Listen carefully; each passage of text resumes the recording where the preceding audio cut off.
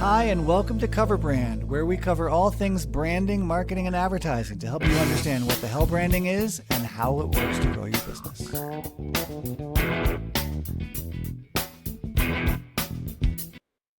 Hello, welcome back. I'm Ethan Decker, and today I've got with me Marc Wallace. Hello, Marc. Hello, Ethan. A quick intro of Marc. He is currently a Vistage Master Chair, an executive coach, and C-suite leadership coach. And he also has been a strategic advisor. He's been a CEO, a president, a company founder. He has a long and storied career in business. And I'm very excited to have you here to chat and ask you, what's your question about branding? I am just highly interested in kind of the state of the art, if you will, around the importance and significance of branding in general. There are a lot of moving targets with AI and social media and a lot of other things going on. And so I'd just like to be current, hearing from the expert on its importance, its relevance in business. Absolutely. Brand. The first question would be, I guess, what is a brand? And there's a lot of swirl around that itself. I think brand is like the word love. It's one of those slippery words we define in so many different ways. One of my favorite versions comes from an old book called The Road Less Traveled, where he says the father who's drinking his seventh scotch, crying into his booze at the bar, saying, "I love my kids." That's not love, right? Yeah. So love is smushy. Brand is also smushy. And I have found that there's a really simple way to clarify what we mean when we say the word brand. Okay. There are two ends of the spectrum. The first is what I call little b brand, like Mhm. lowercase b, little b. And that is your colors, your logo, your fonts, Mhm. your mascot, all those things that people in the design department fret about when you get the wrong Pantone color. I don't know if you've heard of that one, but those are the kinds of things that create your little b brand. And usually when you look at brand guidelines, they tell you exactly how to use the logo, how much space to put around the logo. And the little b brand matters a lot. For instance, if you're walking down the grocery store and you're looking for the coffee section, there's one thing that's gonna catch your eye, and you're gonna know you're looking down the coffee aisle and where the coffee section is, and what's that? Coffee. It's you see the coffee, that's exactly right. Sometimes we also see a green mermaid Ah, sticking out, or yeah, a sign sticking out, perpendicular to the coffee itself. It's the Starbucks logo. true. And it's the same when you're driving down the highway and you're hungry and you're looking for a burger. You'll see a logo pop out. Usually it's the Golden Arches, Right, and instantly you know, okay, I can get a burger at the next exit. right. So Little B brand is really important because a lot of people have a lot of trouble remembering which brand they bought last time. Right. If it's toilet bowl cleaner or salt Mhm. or even something you use as regularly as toilet paper. A lot of people don't exactly know which brand, but they're like, "Oh, yeah, I think it's the one with the bears." Mhm. So Little B brand matters tremendously, and some of those are weak and some of those are strong, and some of them matter more and less. And some people don't think that's your brand. They think that's just your logo or your visual assets, but I call it Little B brand. Mhm. Mhm. Big B brand is your entire reputation, and that's based on everything you do, everything you say you do, and everything people say about you. Right. So, for instance, when we talk about the Apple brand, we think of Steve Jobs and now Tim Cook.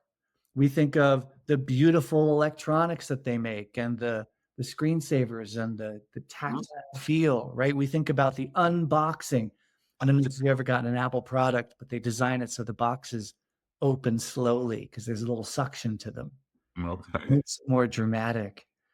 We think about the stores. Have you ever been in an Apple store, Mark? Yes. They're gorgeous, Yep. designed beautifully. In fact, Many of them have patented technology because they're so unique. There's a glass spiral staircase in the one in Manhattan, Mm, patented glass staircase because no one ever made a staircase entirely out of glass before. So all of those things are the Big B brand, which is ultimately your reputation. mhm, Now, some people do like to say your brand is what people say about you when you're not in the room, or your brand is what people think of you, or your brand is your promise. And I like those to an extent because they point out how important the memory parts of your brand are and the belief parts of your brand are. But those don't exist without the concrete things that your company does.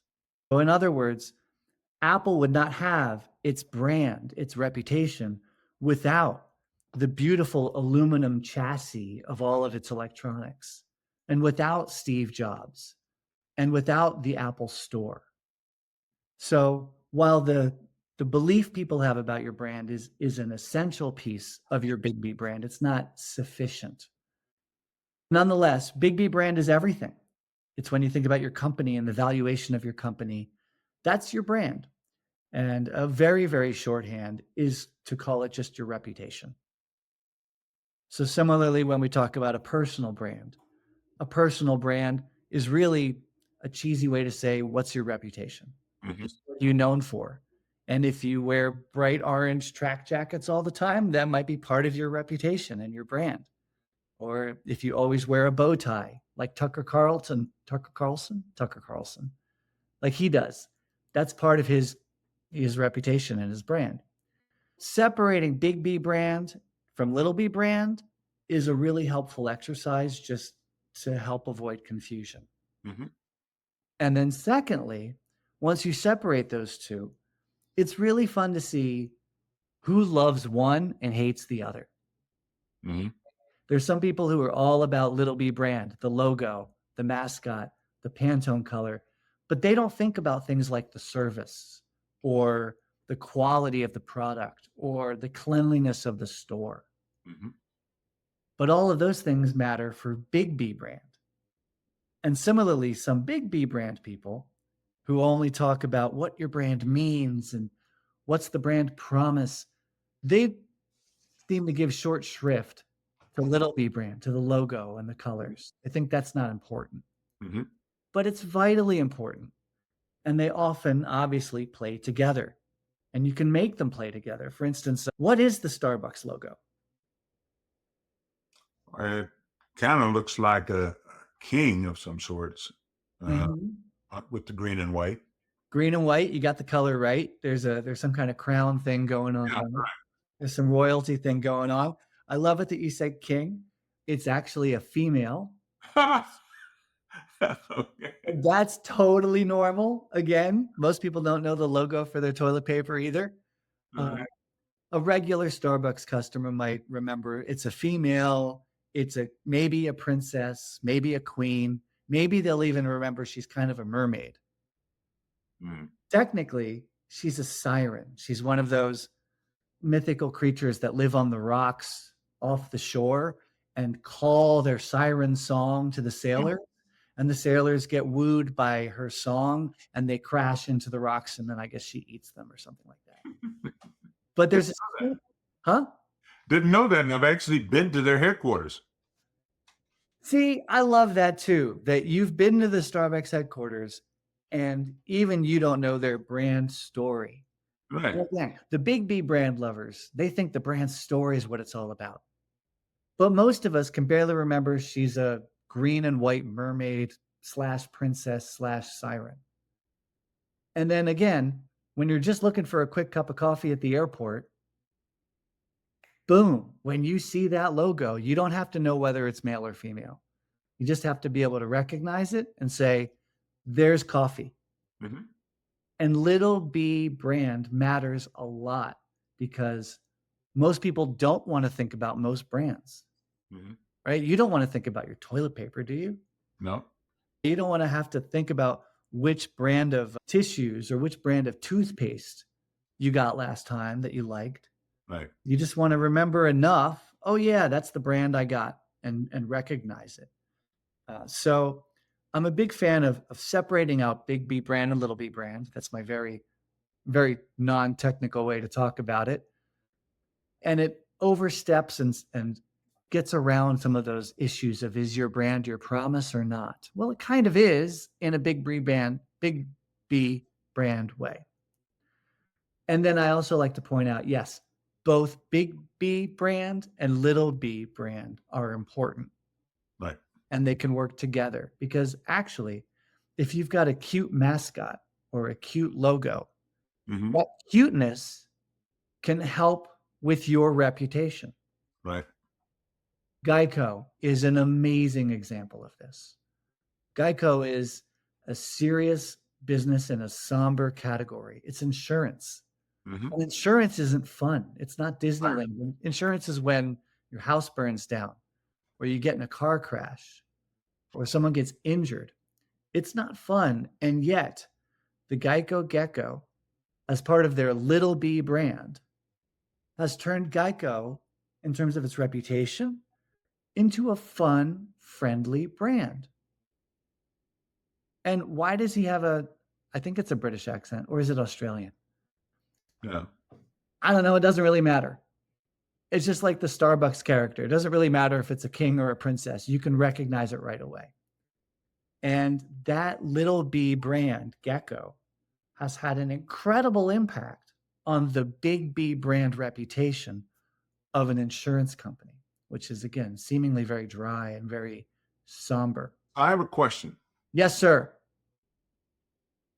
And when you mention insurance, it makes me think of this question with all the fires and something that we're going through right now, literally at my church, where all the reasons are not important, but we're having difficulty getting a new insurance policy on this historic 106-year-old church. Uh, and so reputation to me also has a lot to do with consistency and reliability when things aren't necessarily going well. Yes. And so all of that promo stuff that builds brand doesn't mean squat to me unless you deliver on the promise. Amen. Amen. All of those aspects also build your big B brand, which is, do you show up? Do Yeah. you deliver? Do you help out? Do you go extra? Right. One of my favorite anecdotes is that Ray Kroc, who helped really build McDonald's into one of the world's biggest brands, he used to pick up trash when he would show up to a store from the sidewalk, not just indoors, because he had that attention to detail and knew that that impacted the reputation of his company. And it was not below him as the Right. CEO to scoop down and pick up the trash off the sidewalk in front of the Right. McDonald's. So you're right. You've got to deliver on your promise, so to speak. You got to have the goods. You've got to create a product or service that actually does what it says it does, Right. and be consistent. And that's another great thing about McDonald's and Starbucks, right? You Right. know, anyone you go into is going to have a consistent experience, give or take a little bit, but it's a lot less variable than driving into town from the highway and taking your chance with a local burger shop. Yes. So, big B brand, little b brand. Brand is important. Both aspects of brand matter. Big B brand being your reputation, little b brand being your colors, your logos, your fonts, your mascots, things like that. And then they do work together in beautiful Geico like, Gecko like ways. Mhm. Great question. Thanks. You bet. And I'll be seeing you soon. All right. Well, thank you for the insights. And what you also, by the way, stimulate is, well, I'm going to say maybe a greater need for understanding of these principles and then use of them by a lot of other companies that would benefit greatly, I think, if they would apply it. So the world needs more of this kind of thinking. Amen. Well, that's why we're out here trying to spread the good word and do the good work. All right, Mark, have a great day. All right, you too, Ethan. Okay, see you now. Bye-bye. Thanks for listening. If you enjoyed this, please subscribe to the podcast. And if you want to learn more about brand science, head on over to appliedbrandscience.com. Also, if you got something out of this episode, think of one person who might also get something out of it and send it to them as a way of saying, hey, thinking of you.